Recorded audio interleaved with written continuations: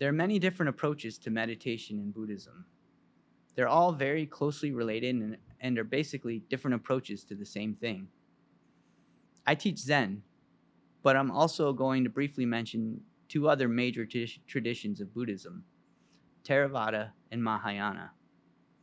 Theravāda or Mahayana traditions study ancient texts, which are said to be the teachings of Buddha that he passed on to his students during his lifetime. While this knowledge can be useful as a guideline, it can still be confusing about how exactly to apply this knowledge to your own life.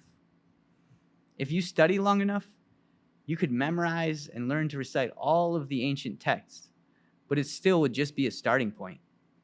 Ultimately, you'll need to know how to apply these lessons to your own life in each moment. All of this knowledge will be useless if you don't have the wisdom to understand how to use this knowledge. One of the things that Buddha taught was how everything you do or think has the consequence of karma. Karma is like a chain of cause and effect that creates momentum in your life, which carries you from one moment into the next. A lot of people think karma means that if you do good things will come to you. And if you do bad things will come to you. However, that perspective is somewhat incomplete. You could be completely committed to eliminating everything you can think of that would cause you bad karma. If you do this long enough, it might make you feel like you've attained a heavenly state. But the moment that something goes wrong, you'll still feel like you're going through hell.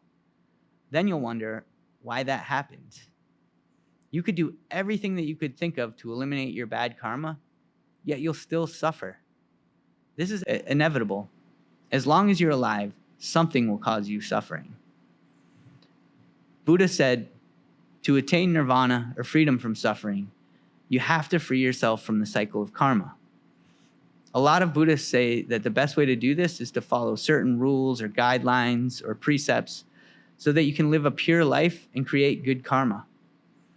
Following these rules is supposed to bring you happiness and pleasure. Breaking these rules increases your suffering. Certainly, more pleasure and happiness are better than more suffering, but you still can't escape suffering. Why is that?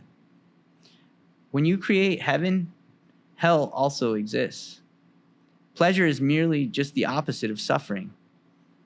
If one type of action is pure, then another type of action must be impure. Anytime you create good, there also has to be the idea that something else is bad. All of these ideas require that there's an opposite. The truth is, all of these ideas create impurities because they come from thinking. Any kind of thinking creates karma, which puts a mask on reality. Reality simply is what it is. These ideas and words that you attach to reality is where good and bad come from. These words and ideas are also where suffering comes from. Your true nature and the true nature of reality is what's left when your mind is completely empty.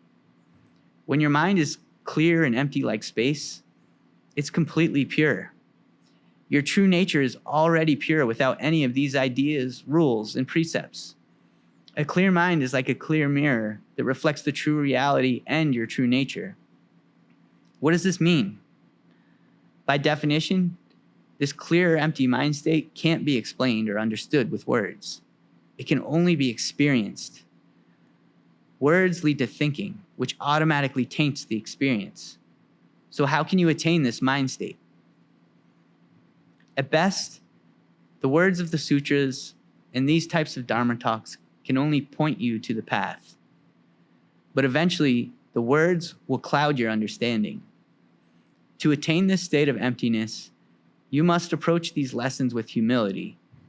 No matter how much knowledge you attain, you have to acknowledge that you still don't know anything until you experience it. You must remain humble and just try to keep your mind clear. If you want to free yourself from suffering, you have to put down all of these ideas. You have to let go of your opinions and desires. You have to put down your ego and the very notion of you or I. When there's no you or I, there's no one left to suffer. When there's no I or you, there's no reason to do anything for yourself. When you reach this point, the only thing that makes sense is helping other people. This is compassionate action. And when you embody this, you've attained what we call a Bodhisattva mind. This is the Zen way. This is why Zen practice doesn't focus on studying the sutras and why we don't attach ourselves to our precepts. Instead, we focus on keeping our mind clear to attain a Bodhisattva mind or Buddha nature. When your mind is clear, you attain the wisdom of how to conduct yourself in every moment in order to be free from suffering. In Zen, we traditionally use the practice of meditation to help us clear our mind. So with that said, let's meditate together so we can practice clearing our mind.